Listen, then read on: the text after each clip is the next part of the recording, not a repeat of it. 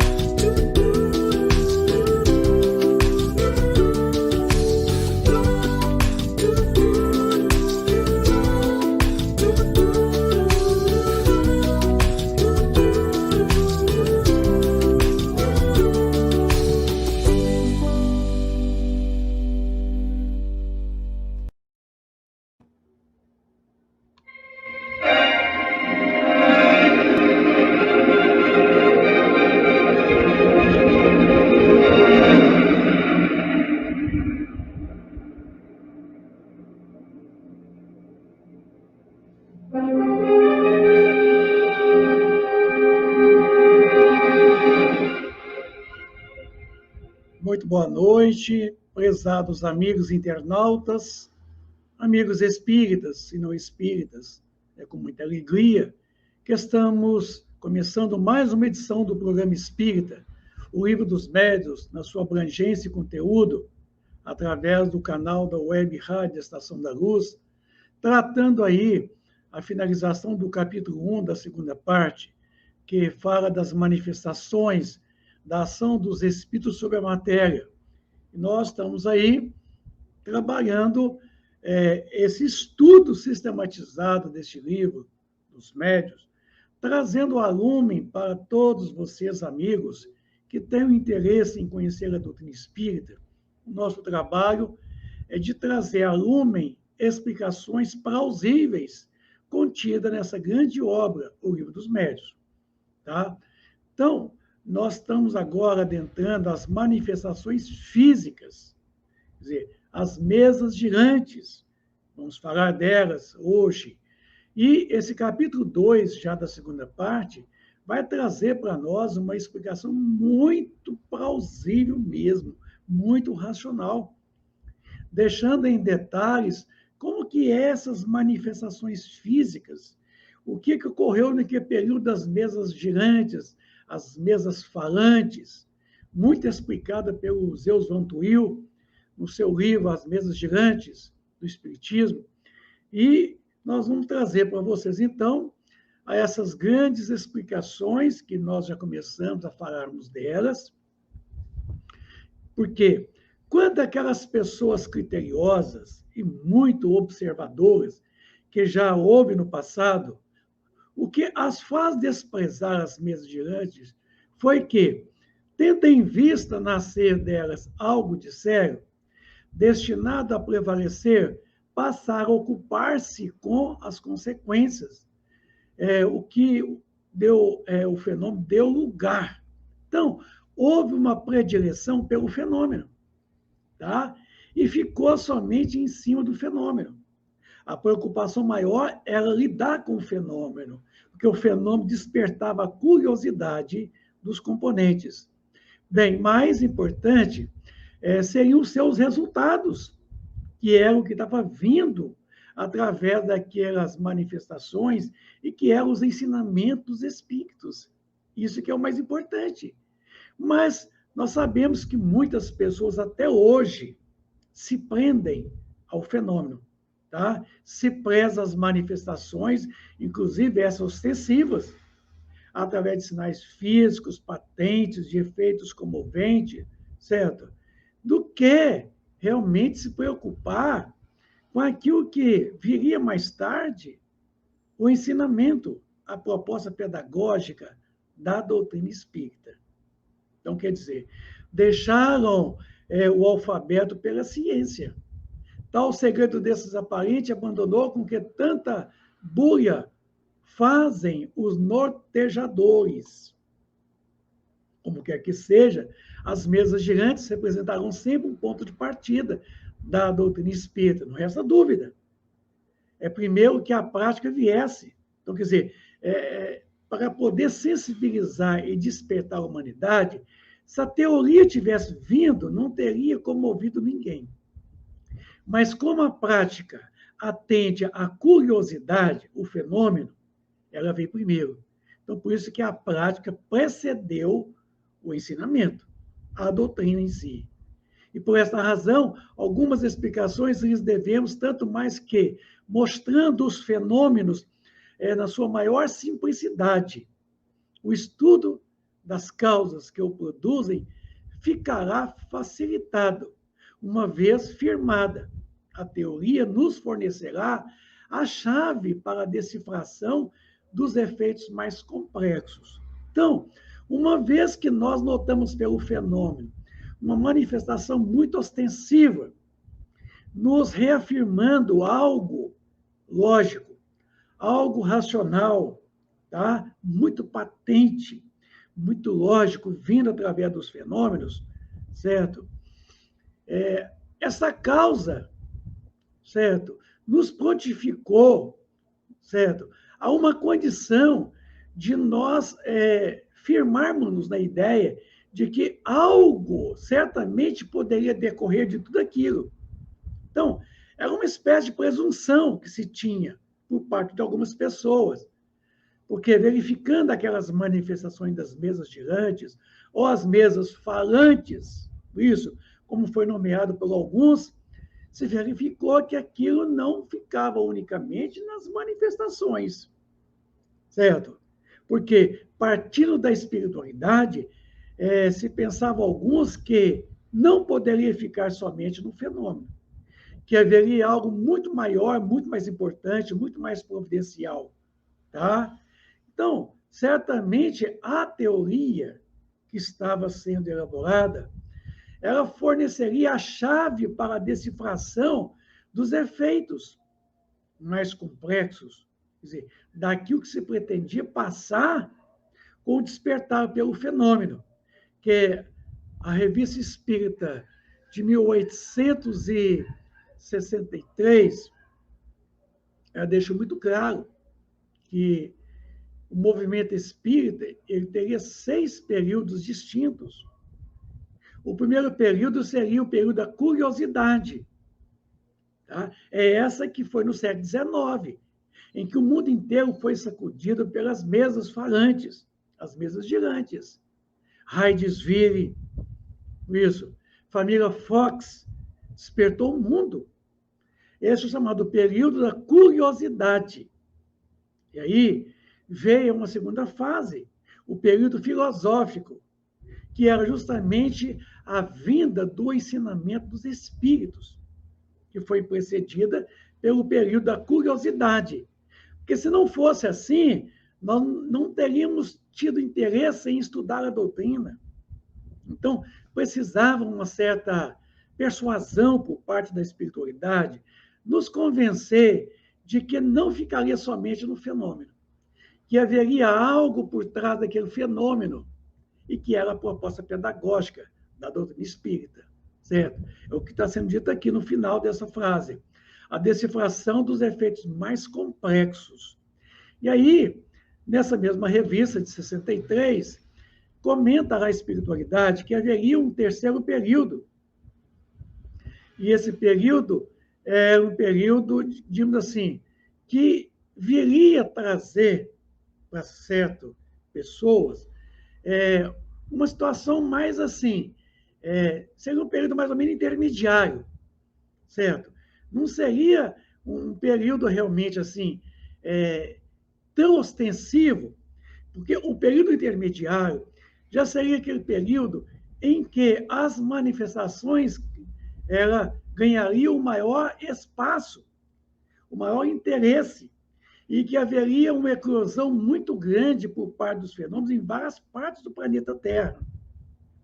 Então, é o chamado período intermediário, certo? Em que a doutrina espírita estava sendo trabalhada e estava sendo trazida através de um variado número muito grande de médios e de espíritos, e que Allan Kardec já havia publicado a primeira edição do Livro dos Espíritos. Mas aí, fala a espiritualidade que, depois do período intermediário, veio o período religioso. O período religioso. Esse período religioso ele foi marcado pela a chegada da doutrina espírita aqui no Brasil, através de Luiz Olímpio Teles de Menezes, aí na Bahia. Ele, então, trouxe a primeira edição do Livro dos Espíritos. Então, foi um período assim, muito importante, certo? E aí veio um período mais importante, que é aquele período em que marcou como marca o período da grande revolução intelecto-moral, que é o período em que a doutrina ganhou cidadania, ela ganhou espaço entre os conhecimentos humanos e nos trouxe a doutrina espírita o ensinamento que a providência divina havia prometido através de Jesus, quando aqui ele esteve, ele havia prometido. E a própria espiritualidade nos conduziu essa promessa do Cristo, fazendo que o Espírito de verdade manifestasse e nos trouxesse a lume a doutrina espírita. Então, veja bem, é muito interessante. Eu falei do período religioso, o período religioso é que é período em que a doutrina chegando lá na Bahia, certo? Ela foi encarada como sendo um movimento afro-brasileiro, porque já havia aqui no Brasil a prática da Umbanda, certo? O movimento afro-brasileiro já havia, porque esse umbandismo, né, que originou lá na Bahia, em Salvador, é uma prática oriunda lá da África, através dos escravos que vieram durante a descoberta da América para o Brasil, trouxeram, então, essa prática. Mas aí, essa coisa mesclou, o movimento espírita ficou muito mesclado, de um certo religiosismo, quer dizer, uma certa situação só de religião, um pieguismo, uma choramingação, uma petição, entende? Esse período, por sinal, ele está até hoje entre nós, sabe? Nós não conseguimos superar esse período, né?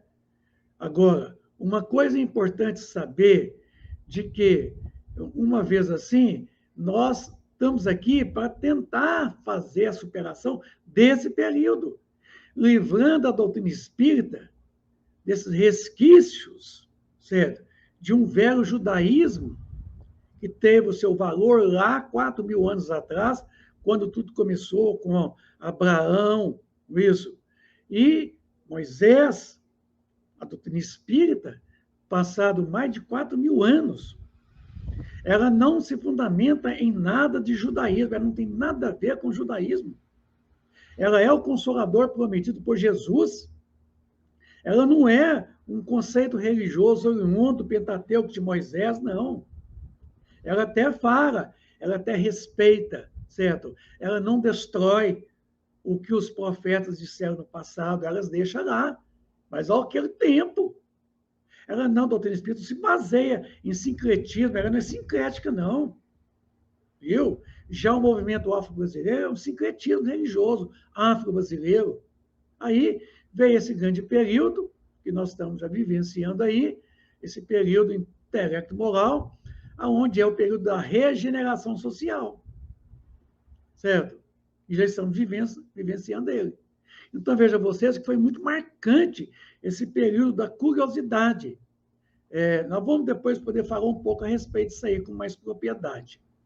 Então, para que o fenômeno se produza, faz-se mistério a intervenção de uma ou mais pessoas dotadas de especial aptidão, quer dizer, a faculdade medianímica, mediúnica, que se designa pelo nome de médiuns, tá? De intermediário, de medianeiro. O número dos cooperadores de nada influi, a não ser que entre eles se encontrem alguns médios ignorados. Então, muita gente acha que para uma reunião mediúnica acontecer, precisa de um maior número de componentes. Não precisa, não. Não precisa de volume. Entende? O que precisa é de um médium com a faculdade ostensiva para o fenômeno. Agora, não, mas tem que ter médio assim, sustentação daqui, sustentação dali. A sustentação é muito relativa. Entende? Se o dirigente e o suposto médio ostensivo estiverem muito bem, já estão sustentados.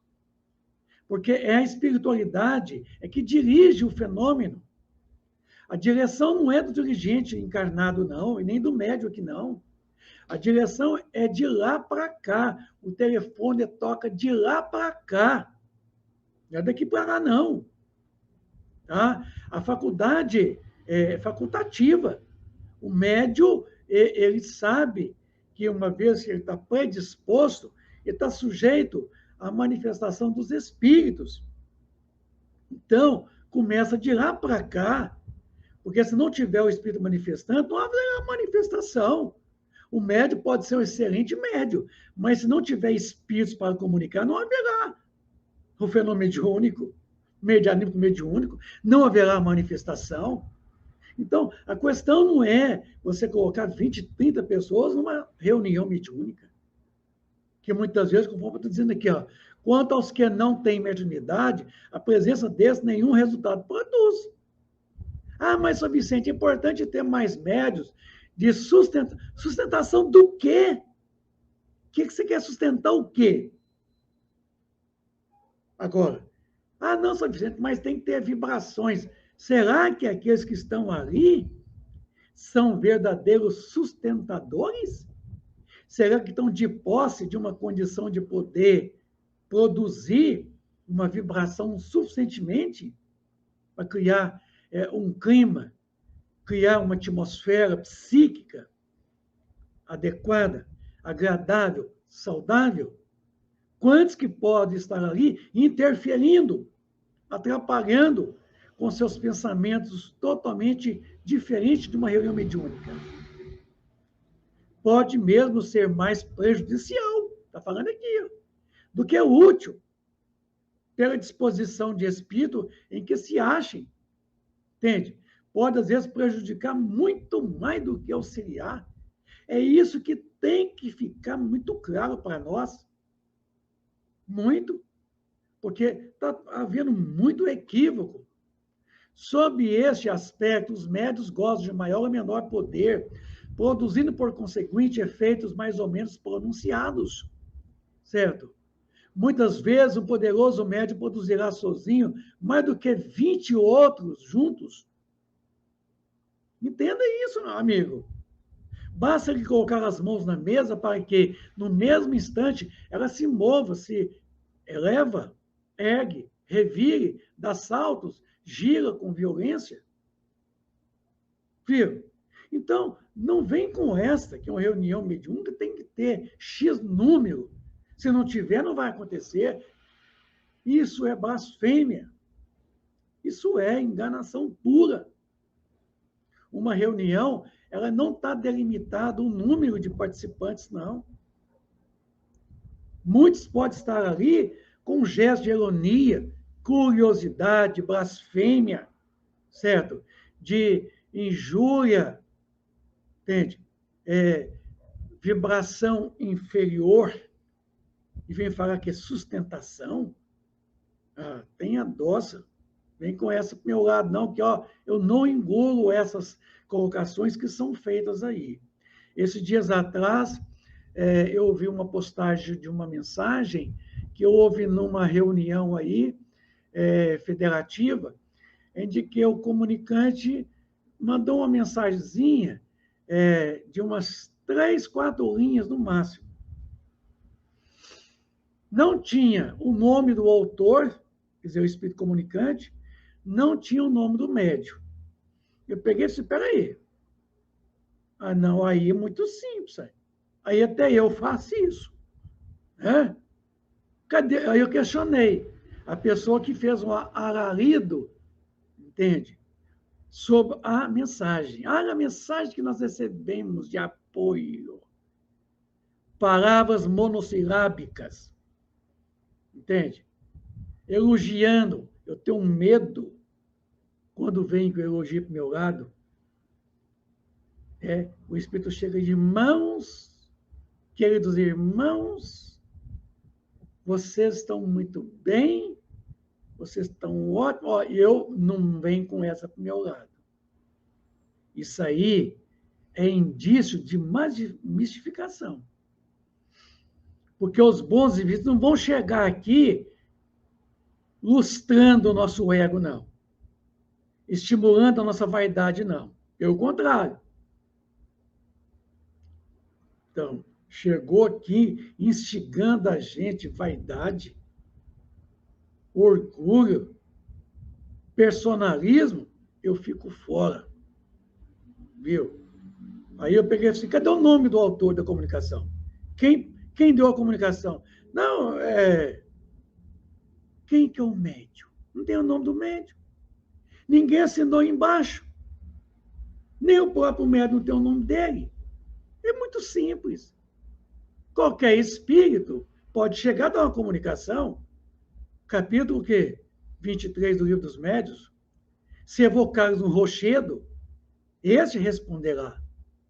Se evocares o espírito de um passarinho, este responderá. Mas, se evocar uma pedra, ela vai responder? Se evocares o espírito de um passarinho, ele vai responder? Passarinho não tem espírito. A pedra não tem cérebro. Ela não tem espírito. Então, não faltará espíritos que vêm em nome da rocha, da pedra, em nome do suposto passarinho, que alguns dão até o nome, canarinho. Tem dó, que você ainda vai levar isso à frente. Mas a mensagem foi para poder reconfortar. Tem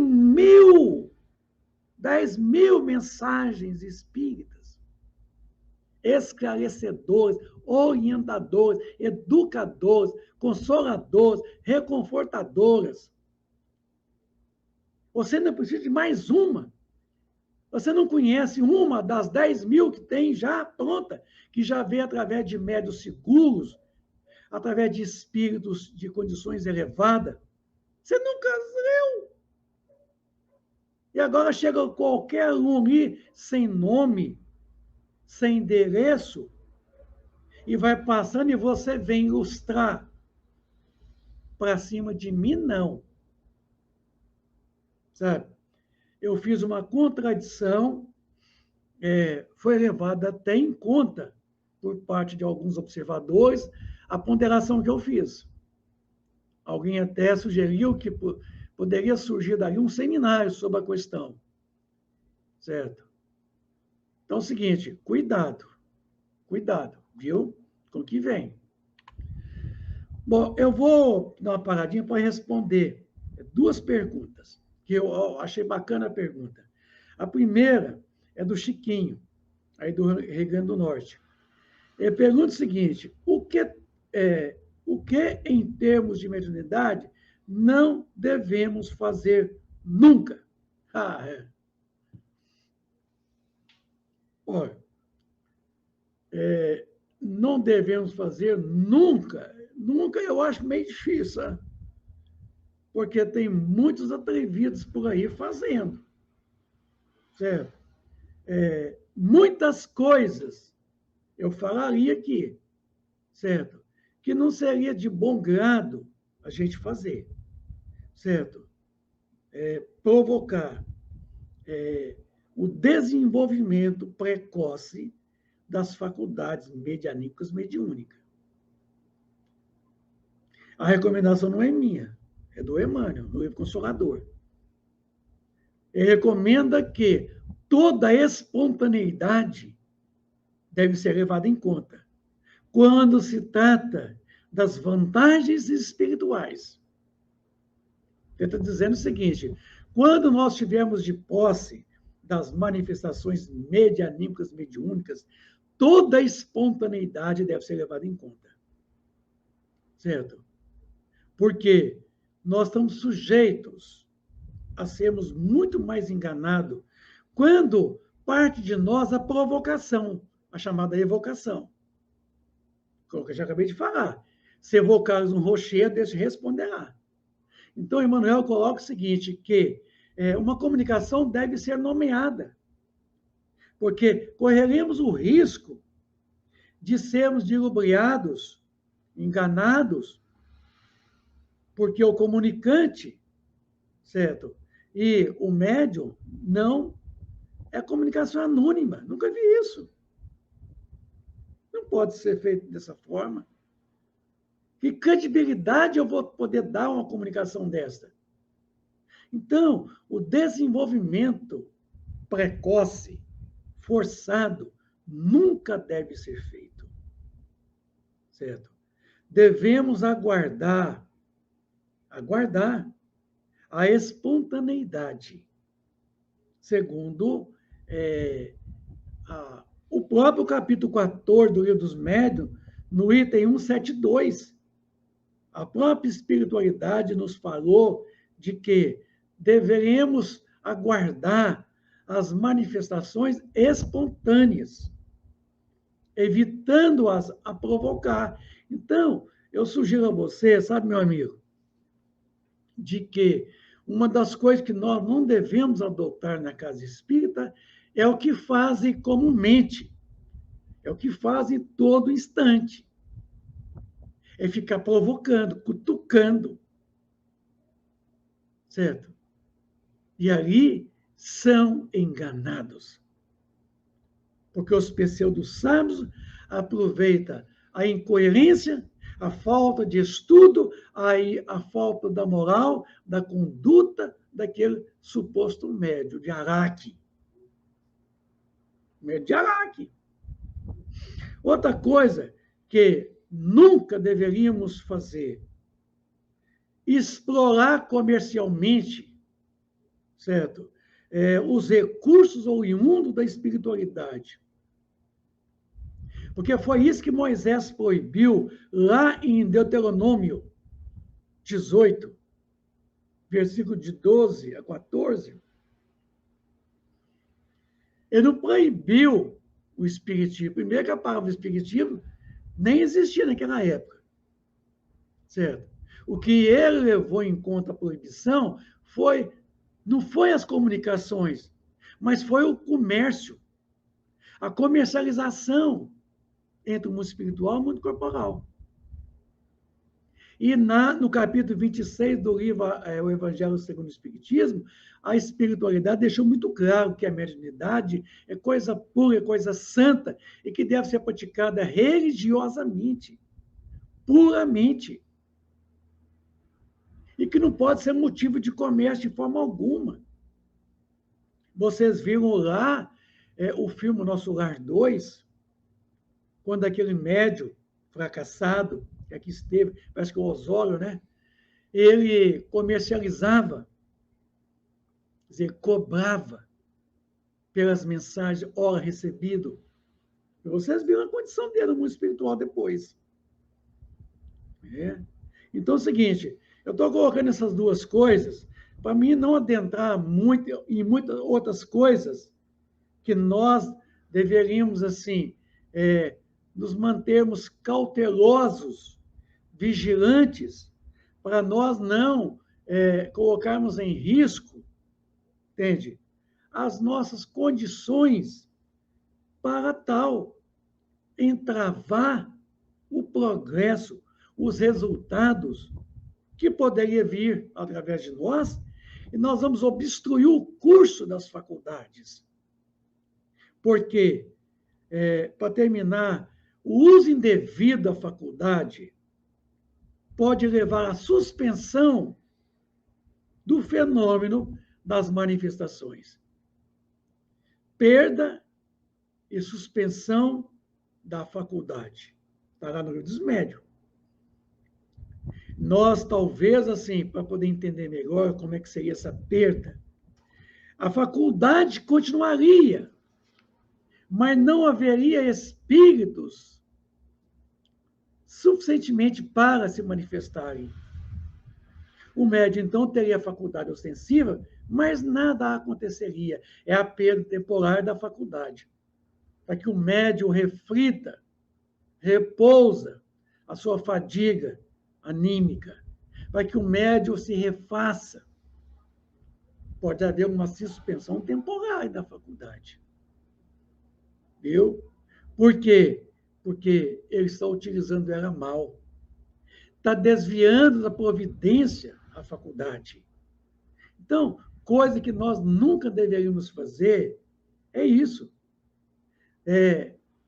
Não julgar a faculdade pelo ralinho.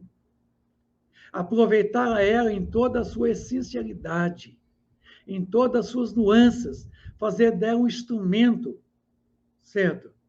Porque, como diz lá no Livro dos Médiuns, a faculdade é uma predisposição orgânica.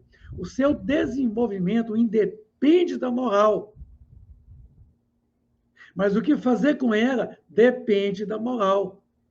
Porque nós podemos servir aos bons, aos inferiores. Vai depender da direção que nós vamos dar à faculdade. Então, é preciso que nós venhamos conhecer a faculdade e não nos mantivermos na ignorância, somente na ostensividade. Não. Precisamos conhecer com o que nós estamos lidando. Sabe, meu amigo? Então, seria, assim, inicialmente, esses requisitos mais ou menos básicos, coisa que nós não deveríamos realmente fazer de forma alguma. Mas eu sei que muita gente faz. Ninguém vai impedir, não. Certo? Como dizia Paulo de Tarso, tudo eu posso, mas nem tudo me convém. O que eu quero, esse eu não faço. O que eu não quero, acabo fazendo. É por aí. A outra pergunta é da Lindalva. Um abraço, Lindalva. Prazer ter você conosco. Ela pergunta, o que é sonambulismo e o que é mediunidade? Tem diferença? Olha, tem. Tem. Eu vou sugerir você, sabe, Lindalva, você vai pegar o Livro dos Médiuns, lá no capítulo 14, no item 172, quando fala dos médiuns sonâmbulos. Lá explica para nós, nesse capítulo 14, no item 172, de que o sonambulismo é uma faculdade puramente anímica. Certo? De que a faculdade anímica ela parte do próprio organismo do sensitivo. Não é do médium, não. Deixa o médium parar por enquanto.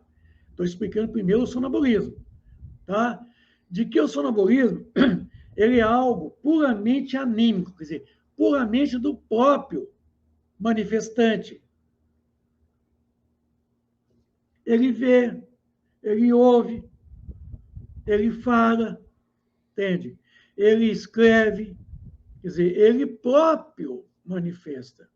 Por quê? Ele passando por uma suspensão temporária da parte do consciente presente, ele entra numa espécie de um transe. E aí a sua faculdade exterioriza, as suas percepções aumentam, porque o centro de força frontal que nós temos aqui, ele é responsável pela clarividência e pela clareaudiência. Aqui, ó, esse, você chama de chakra. Eu não chamo de chakra. A palavra chakra não é neologismo espírita. Eu chamo de centros vitais, centros de força, segundo André Luiz. Mas vamos lá. Quando esse centro vital, esse chakra, está, de uma certa forma, num patamar ostensivo, lhe permite que você vê e ouve. E isso ainda não constitui mediunidade. Que você está vendo o espírito. Não é o espírito que está manifestando a você. É você que está vendo o mundo espiritual. É você que está ouvindo os espíritos. Mas não é aqui, não. E não é aqui também, não. É aqui, ó. É que você vê e ouve. Viu? Então, o fenômeno do sonambulismo é mais ou menos isso. O que permite que você exteriorize é uma exteriorização da sensibilidade. Está nesse capítulo aí, 14.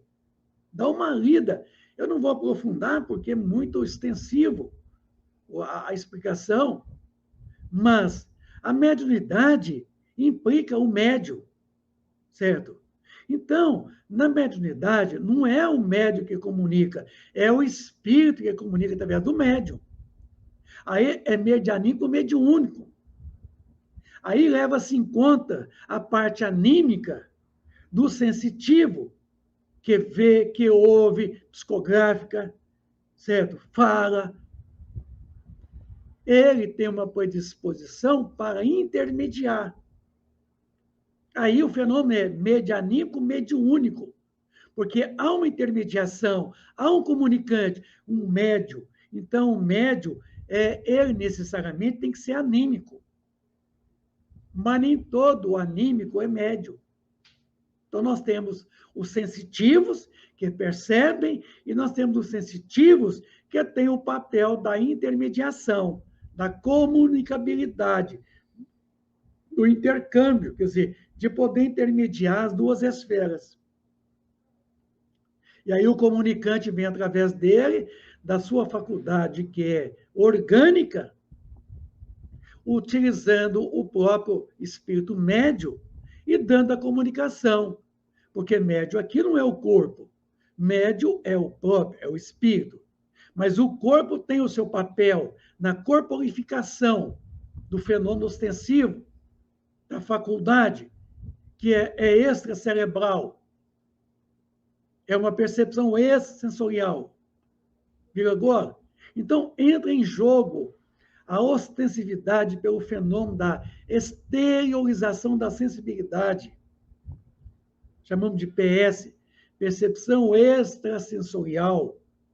E esta está em jogo, permitindo que o comunicante, utilizando todo o sistema neurológico do médium, espírito médio, ele, através do corpo físico, ele manifesta. Porque ele está se manifestando através dele, o próprio, o espírito médio. O espírito médio age no próprio corpo.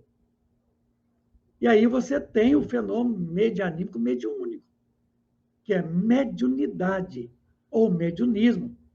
É mediunismo quando você emprega mal, sem conhecimento, sem determinação, sem moral, fazendo para ver como é que fica. Chama mediunismo. Tá? Agora, mediunidade, quando você dá elevação na condição moral do médium, que é o praticante, que possui a faculdade e que dá ela uma direção acima, à frente e acima, retilênia, servindo somente à causa do bem. Viu a diferença? Eu sugiro a você dar uma lidazinha, não é grande o capítulo, não, mas pelo menos o item 172 do capítulo 14, viu? Quando eu falo da diferenciação entre o sonâmbulo, o sonambulismo, e quando o próprio, possuindo a capacidade sonambúlica, ele pode utilizá-la para intermediar. Porque o médium sonâmbulo, muitas vezes, ele deixa o corpo físico e ele dá uma saidela por aí, ele pode registrar muitas situações. Ele pode sair em auxílio a certos espíritos, tomar conhecimento do que passa em redor, trazer para o plano corporal através da comunicação. Então, aí há um apassivamento certo? Do médium, com a sua capacidade medianímica, permitindo o mediúnico, viu? Que é aquilo que é oriundo do médium através do fenômeno da comunicabilidade do espírito manifestante. Compliquei? Não. Isso aí tem que ser estudado a longo prazo. Prosseguindo, então, o livro dos médiuns. Espero ter correspondido, tá bom? Se não, reformule a pergunta e eu vou me pesquisar. Nenhum indício há pelo qual se reconheça a existência da faculdade mediúnica. Está vendo? Só a experiência pode revelá-la. Então, não existe nenhum indício que fala assim, ó, identifiquei ele por esse indício. Ele é médium. Ele tem a capacidade medianímica mediúnica. Viu? Não tem nenhum questionário que você preencheria respondendo e que indiciaria que, pelo resultado, na proporção X, evidencia a faculdade medianímica mediúnica. Só a experiência pode revelá-la. Quando, numa reunião, se quer experimentar, devem todos, muito simplesmente, sentar-se ao derredor da mesa e colocar-se acima, espalmadas as mãos, sem pressão, nem esforço muscular. A princípio, como se ignorassem as causas do fenômeno.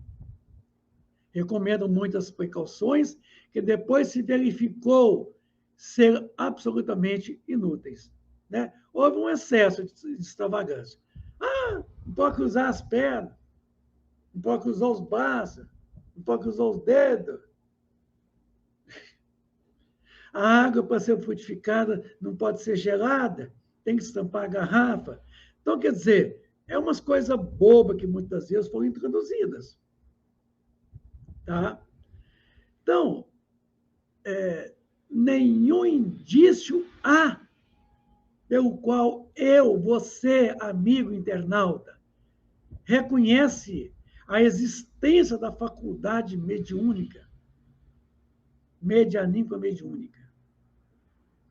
Só a experiência pode revelar. Certo? Então, quando assim, as reuniões experimentais de desenvolvimento, elas são muito mal orientadas. Acabou que senta ali na mesa, às vezes ele não pode dar um fungado. Você deu uma cochilada na hora da reunião e deu uma fungada, entende?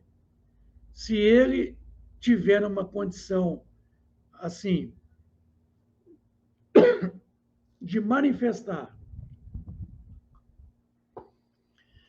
qualquer tipo de fenômeno físico, certo? O dirigente certamente vai chegar ali e vai achar que é uma manifestação. Certo? E o que vai acontecer? Vai acontecer de que ele vai dar ênfase de que está prestes a dar uma manifestação. Aí o dirigente, despropositadamente, entende? O dirigente, sem oferecer as condições para poder auscultar, conhecer, certo? Fazer um diagnóstico e comprovar que aquilo é mediúnico, certo? Aquilo vai passar despercebidamente. Aí vai dar problema. Vai dar muito problema. Que é o que mais acontece. O caboclo não pode, às vezes, apresentar qualquer movimento. Um suspiro mais ou menos profundo, um roncado. Né? Um mexer na cadeira. Uma tosse. certo? Experimentam uma sensação de fadiga, de desconforto, que o dirigente já acha que é manifestação e que aquilo é mediunidade. E já começa, ô meu irmão, seja bem-vindo, aproxima, induzindo o suposto médium, induzindo ele a se passar como sendo um médium, para não ficar feio.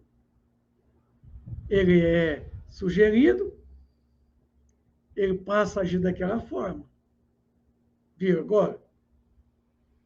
Então, somente a experiência, depois de muitos experimentos, de você poder reunir o pessoal, acompanhar as reações endócrinas que vão acontecer durante, nós chamamos de reações adrenérgicas. Por que adrenérgicas? Porque envolve o sistema endócrino, tá? Envolve reações do próprio sistema endócrino. Por quê? Há uma reação da adrenalina, ali naquele momento ali. Aí provoca uma série de reações sintomáticas que são eclodidas, despertadas naquele momento ali. Animismo, algumas patologias surgem ali, certo? Algumas síndromes podem acontecer, uma série de situações diversas podem acontecer. E aí que mora o perigo, né? Você vai estar achando que é uma manifestação mediúnica, é uma manifestação puramente medianímica, é um fenômeno de animismo, às vezes uma mistificação oriunda do próprio suposto médium, que não é nada médium. Viu? Então, cuidado. Só o tempo, depois de longas observações, é que você vai poder tirar uma conclusão. Não conclusão definitiva, mas uma conclusão, pelo menos, provisória. Sabe por quê? Eu vejo acontecer isso muito na casa espírita. A pessoa está latindo de obsessão. Desculpa a expressão jocosa, quer dizer, está subindo nas paredes de obsessão. Ah, vai na casa espírita. Né? Vai lá, você toma um passe. Né? Aí melhora, você fica livre. Vai lá, faz uma limpeza. Essas coisas, assim, certo? E a pessoa, às vezes, nunca foi numa casa espírita, e ela vai. Está acontecendo com ela uns fenômenos estranhos, que é o chamado o médium natural. O facultativo é aquele que sabe, que tem o conhecimento, e de que parte dele, muitas vezes, que a provocação, que é chamada evocação. O natural é aquele que não sabe, e acontece através dele, naturalmente. E, às vezes, o que está acontecendo ali não é nenhuma manifestação mediúnica, mediúnica. É uma manifestação medianímica obsessiva, um processo obsessivo. Porque o processo obsessivo, ele pode ser medianímico ou mediúnico. Certo? Mas ele não é a faculdade que nós chamamos de mediunidade. Mas é um processo obsessivo. Chega na casa espírita apresentando um quadro sintomático de perturbações, até mesmo uma disritmia cerebral, caindo em desmaio, em convulsões. O espírito tomou ele está tomado de espírito. Ele está tendo uma epilepsia, uma disritmia cerebral. Ele está precisando de médico de hospital. E você chega perto do caboclo que está estribuchando no chão lá, entende? Está estribuchando no chão lá, falando, você não entende nada, fungando, soltando baba, certo? Revirando os olhos, você chega, meu irmão, seja bem-vindo. Isso é palhaçada. Isso é meninice, entende? Tem coisa pior do que isso.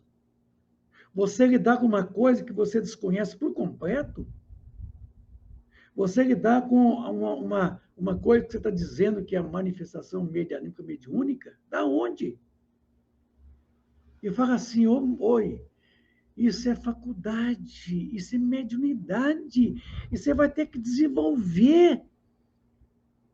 Você vai ter que vir para a casa espírita, frequentar uma reunião mediúnica e desenvolver essa mediunidade. Porque senão, ai, ai, ai, ainda aterroriza a pessoa. Ai, ai, ai, isso é uma força. E se você não desenvolver essa força, como que é desenvolver a força? Se a força está apresentando um indício de sintomas, porque indícios aqui de sintoma é doença.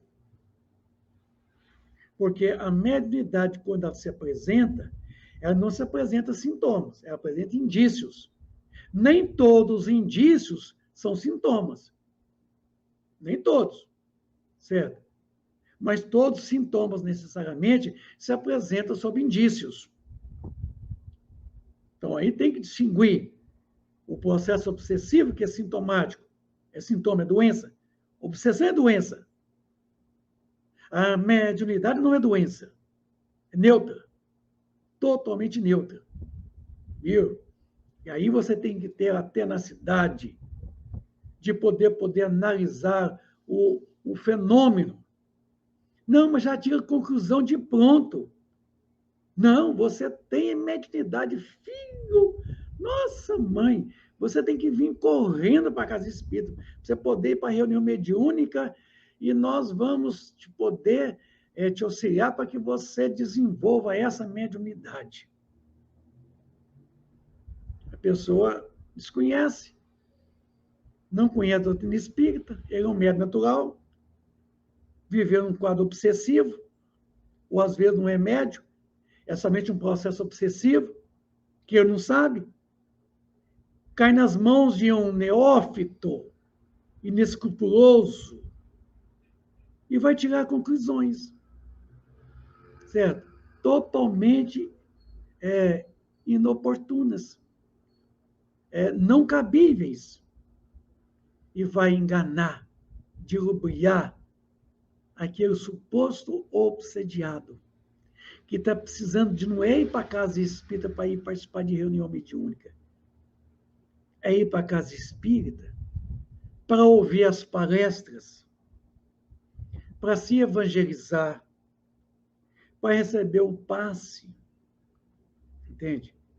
Para trabalhar a liberação dos fluidos pestilentos. Ele está precisando de ir para a casa espírita para poder trabalhar no social. Viu agora? E você vai mandar ir para a reunião mediúnica? Com que critério você faz isso? Você tem algum aparelho? Foi dito aqui, ó, que não existe. É aqui que está o grande erro da maioria de vocês, dirigentes inescrupulosos, viu? Que metem uma besta a sair por aí fazendo tudo a Deus dará, em nome da doutrina espírita. Vai. Tal, por exemplo, alternação do sexo, tal também o contato entre os dedos. Antigamente, dentro da casa espírita, talvez não é do tempo seu, que você está me ouvindo aqui agora, internauta, mas quando eu comecei no movimento espírita, eu chegava lá no centro espírita, tinha uma carreira de cadeira de um lado e uma carreira de cadeira do outro lado. Os homens sentavam de um lado, as mulheres do outro. Aí, quando eu cheguei para conhecer a reunião mediúnica, que eu cheguei numa sala com a reunião mediúnica, eu fui participar, sentava assim, ó, um homem, uma mulher, um homem, uma mulher, um homem, uma mulher. Mas que é isso? Não, porque o homem positivo, a mulher negativo. Então tem que juntar negativo com positivo. Que é isso? E mais tem que dar as mãos aí, ó.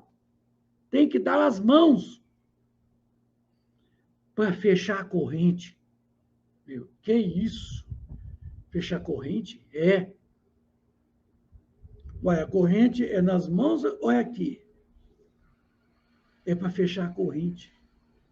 Então, ele está dizendo aqui, né, essa situação que falou aqui no final, recomenda muitas precauções que depois se verificou ser absolutamente inúteis.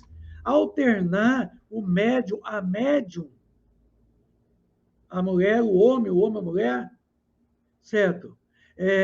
Também o contato entre os dedos mínimos das diferentes pessoas, de modo a formar uma cadeia ininterrupta.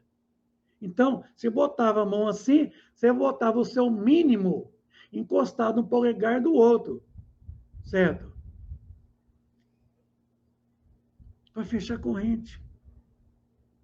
Esse último precaução parecia necessária quando se acreditava na ação de uma espécie de corrente elétrica. Depois, a experiência lhe demonstrou a inutilidade. A única prescrição de rigor obrigatório é o recolhimento. Aqui, ó, a introspecção. Absoluto silêncio, calmaria, serenidade e, sobretudo, a paciência, caso o efeito se faça esperar. Pode passar 10, 20, 30 minutos, 1 hora e nada acontecer. Então, algumas coisas foram introduzidas.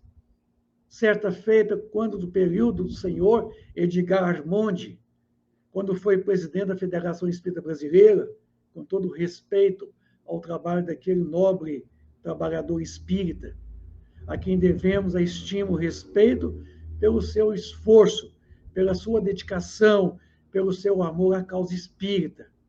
Mesmo assim, com pouco conhecimento doutrinário, ele pôde alavancar o movimento espírita naquela época, que atravessava momentos tumultuados no movimento espírita, na década de 30, quando Getúlio Vargas realmente assumiu o poder. O movimento espírita passou por graves perseguições pelo próprio Getúlio Vargas, o presidente da República, e toda a sua cúpula presidencial, achando que os espíritas eram subversivos. Mandou prender vários espíritas. Então, o nosso papel desse grande nobre amigo, companheiro de caminhada evolutiva, a todo respeito pelo seu trabalho, não estamos aqui desmerecendo, não.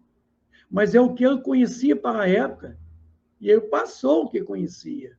É o que tinha para poder passar, certo? Só que hoje nós não adotamos mais o que ele passou, nós contextualizamos o que ele nos ensinou. Foi válido naquele tempo? Foi válido. Só que não pode prevalecer até o presente momento.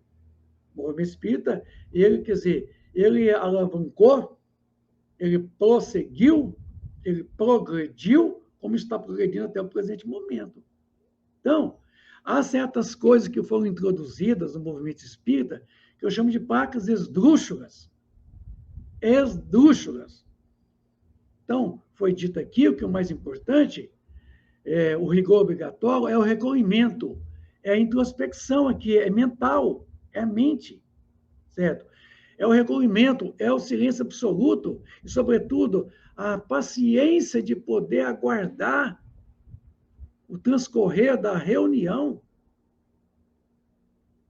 e não ficar aí tirando conclusões talvez assim, descabidas com isso. Meus amigos, nosso tempo já está esgotando. Eu quero, assim, dizer a todos vocês que, para mim, é uma gratidão muito grande com a Web Rádio Estação da Luz, na pessoa do senhor Tavares, que nos garante essa live, que nos abre esse canal, nos abre esse porta-voz para o mundo todo, através do seu trabalho, esse trabalho da comunicação, da difusão espírita, que eu considero muito importante, e agradecer a Deus Pai Todo-Poderoso pela oportunidade, ao nosso Mestre Jesus Cristo e a toda a espiritualidade que acerca de nós ainda nos assessora, Mas agradecer a você, amigo internauta, que neste momento estão conosco, ou em qualquer outro momento que vocês vão estar conosco, nos vendo, nos ouvindo. Mande as suas perguntas, estaremos aqui para poder responder dentro de nossas possibilidades. Eu quero relembrá-los para que na segunda-feira, às 15 para as 9 da manhã, tá?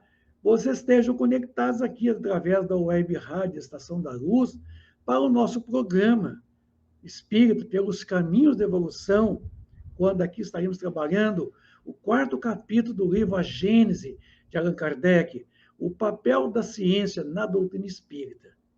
Então, fica aí o meu convite a todos vocês, e eu, assim, agradeço a todos vocês, desejo a todos muita paz, muita luz, que todos tenham um bom final de semana, com muita alegria, com muita paz no seu lar, na sua família, e que abra o teu coração para que Jesus, através dessa grande abertura, desse sentimento profundo nosso, ele possa manifestar através das nossas atitudes, porque a quem de nós aproximar poderá sentir a tua presença, a presença do Cristo. Amigos, uma boa noite, na paz do Cristo, fiquem com Deus. Obrigado.